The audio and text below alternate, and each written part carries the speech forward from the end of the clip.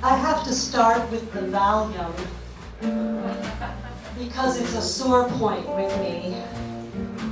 There's a bottle in the cupboard over the stove. It mocks me. There's nothing sexy about Valium. Valium is feminine, sure, but sloppy. Slurred lipstick, smeared words, 3 p.m. despair in a housecoat, fuzzy slippers, shuffling around the house, reading old reviews and sipping sherry out of a coffee cup for good measure. Quaint ideas to be sure, but my entire understanding of Valium is derived from the Rolling Stones song and Valley of the Dolls, which I admit I've never read, but I always assumed Valium played a role. Quaint ideas to be sure, but mine.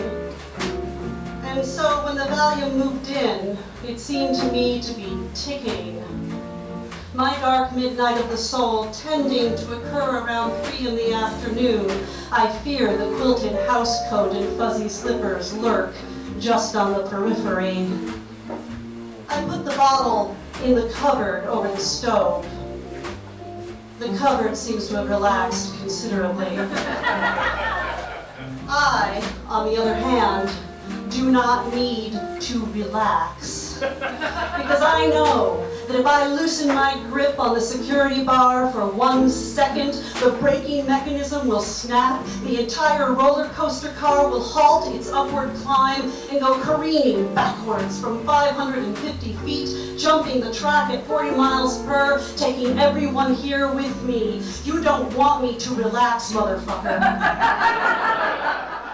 My tension is part of my charm. Valium is a tension thief. And where would we be without tension? Flat on our backs, but with no hope of sex. Without tension, what would happen to all the assholes? Why, we'd be knee-deep in shit if Valium had its way. I'm not tense. I'm a brownie leader. I was never a brownie myself. I'm doing this for my daughter, to win her, woo her, buy her, something I do outright and often. There's not a jauntier feather in the cap of a first grader than a brownie leader mom. But now, I have lived through a brownie campout. And the whole experience has brought to the fore my lack of organizational skills, my non-committal attitude towards God and country, my lazy cynicism, my mistrust of organized communities, my social dysfunction, my dislike of children in general. In spite of all this, I have managed, without the assistance of Valium, to set out the cups and mix the lemonade. I have painted the faces with lopsided rainbows. I have allowed amber to wrap me from head to toe in toilet paper. I have glowered at Brittany, who tells me everything is boring. She's right. I have coaxed Kumaya, who, to her credit, challenges my sunny invitation to make color-coded scrunchies for her hair. I have physically removed Tiffany from the decrepit girl-eating swing set and watched not anxiously, because I'm not anxious. I have watched my own daughter fly around the playground solo, never pairing up with anyone, concentrating on the task of making it all the way across the monkey bars, focused, concentrating, unaware of the other girls' games. I think, well, she's like me. We don't need nobody. We don't know from community because we are wise to the community. The community is often made up of people like Dahlia.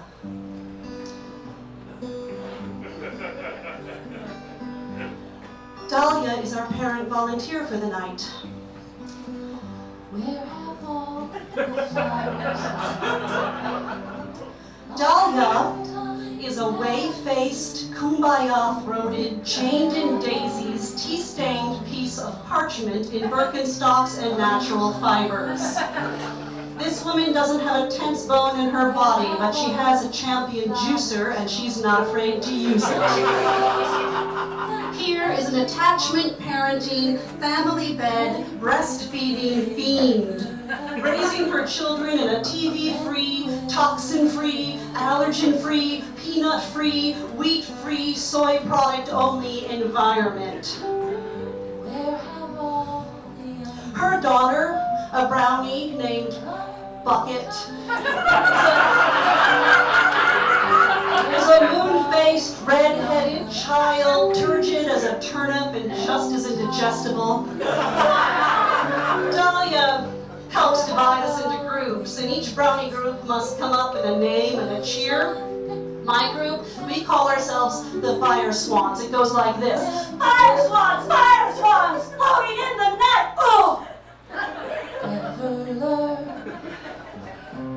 Dahlia's group, the Blueberry Hills, come up not with a cheer so much as a 3-verse gospel hymn, akin in spirit to His Eye is on the Sparrow, and clearly composed by our parent volunteer, who sings along in an otherworldly soprano, eyes half closed, face tilted up.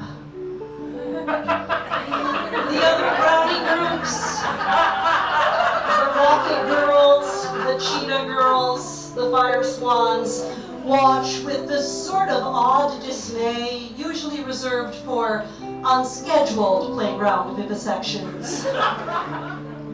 After the brownie girls are safely ensconced in their tents for the night, Dahlia comes upon me and the other brownie leaders, each cracking a beer.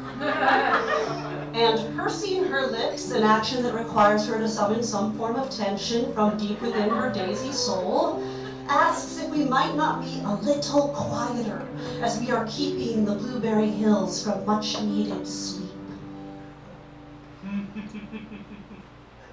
I think Dahlia is stupid and I hate her. I want to tell her this.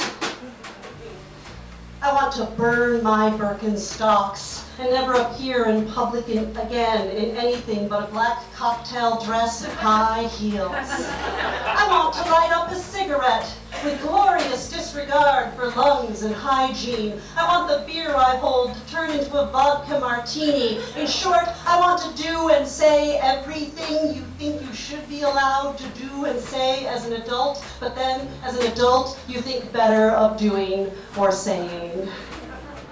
And so, in a fit of rebellion, I toss a recyclable yogurt cup into the trash. I do not take a Valium.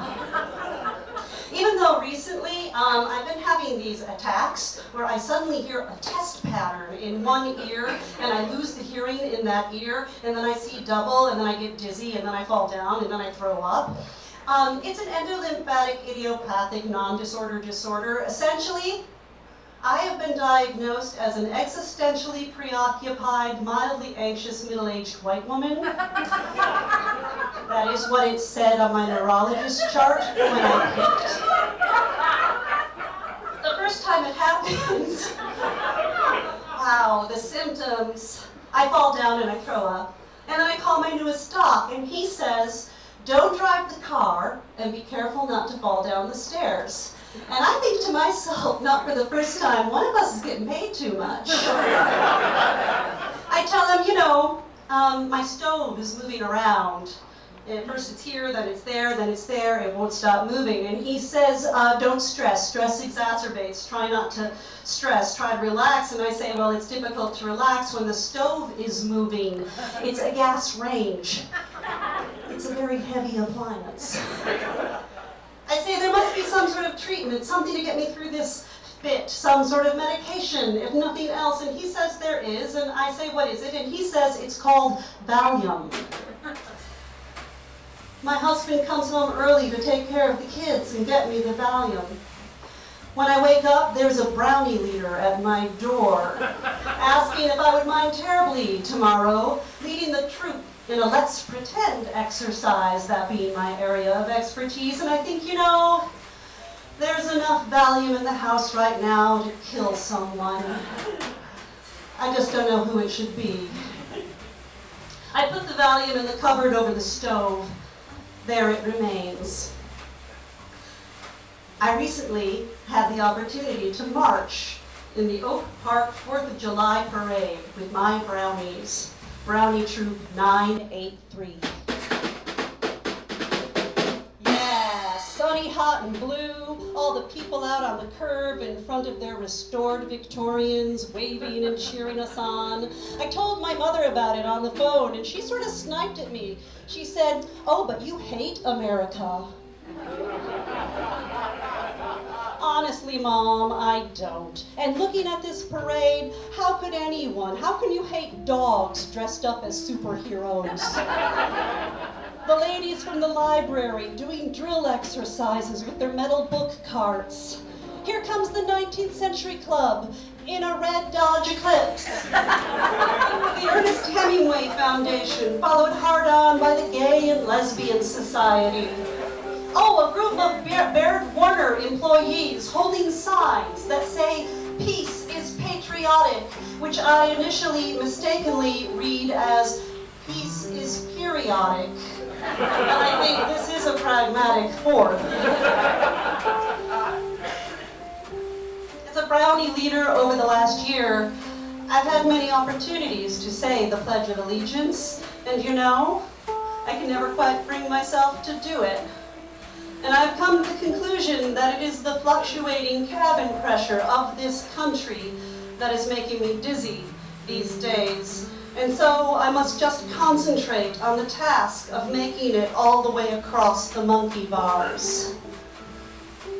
We run into Dahlia and little Bucket. They are marching with the brownies too. Dahlia and I nod at each other carefully. From the look on her face and the movement of her lips as we march along, I'm pretty sure she's praying for me. I can't be certain though. She's on my right side, my deaf side. The prayers haven't penetrated the test pattern. I'm not sure what'll happen if and when they do.